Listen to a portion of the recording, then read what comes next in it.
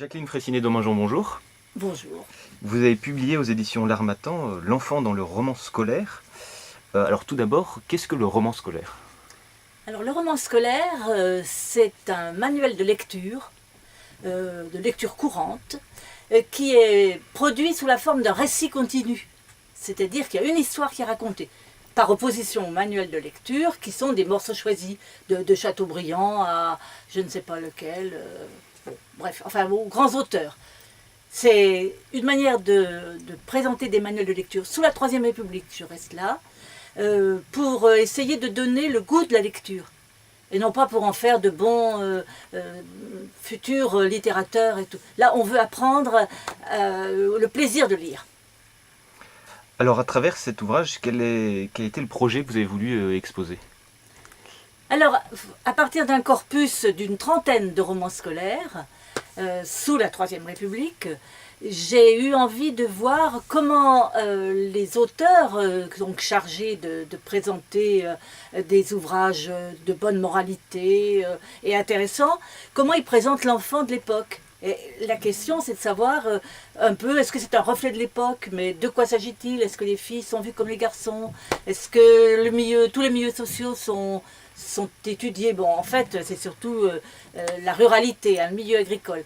Mais selon les manuels, en particulier les manuels du public, qui se répandent plus dans les écoles rurales, et où il y a les enfants de paysans qui sont là, les manuels publics restent attachés, même après 1920, alors que la France est en train de s'industrialiser beaucoup plus, ils restent attachés au rural.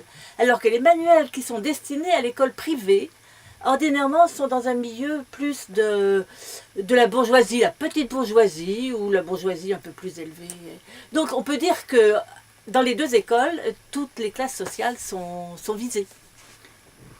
Alors quel est le public que vous avez voulu viser à travers cet ouvrage? Plutôt un public universitaire, un public qui s'intéresse à l'école?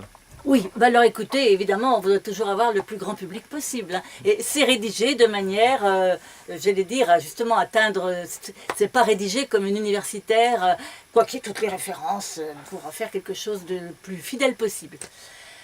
Donc le public, c'est évidemment en effet toutes les personnes qui s'intéressent à l'école, c'est le roman scolaire, qui s'intéressent aussi à l'évolution de l'école sous la Troisième République.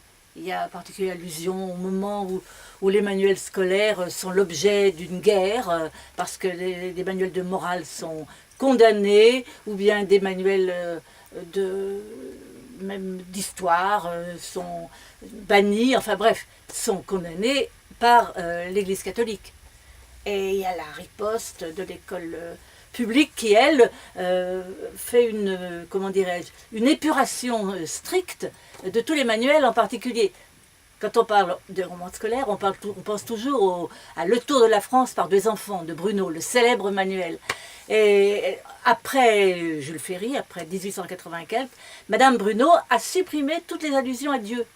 Et donc, alors que, évidemment, Dieu est un personnage extrêmement important et la vie religieuse est très importante dans les manuels de l'école privée, et qui, eux, justement, prennent la relève en quelque sorte.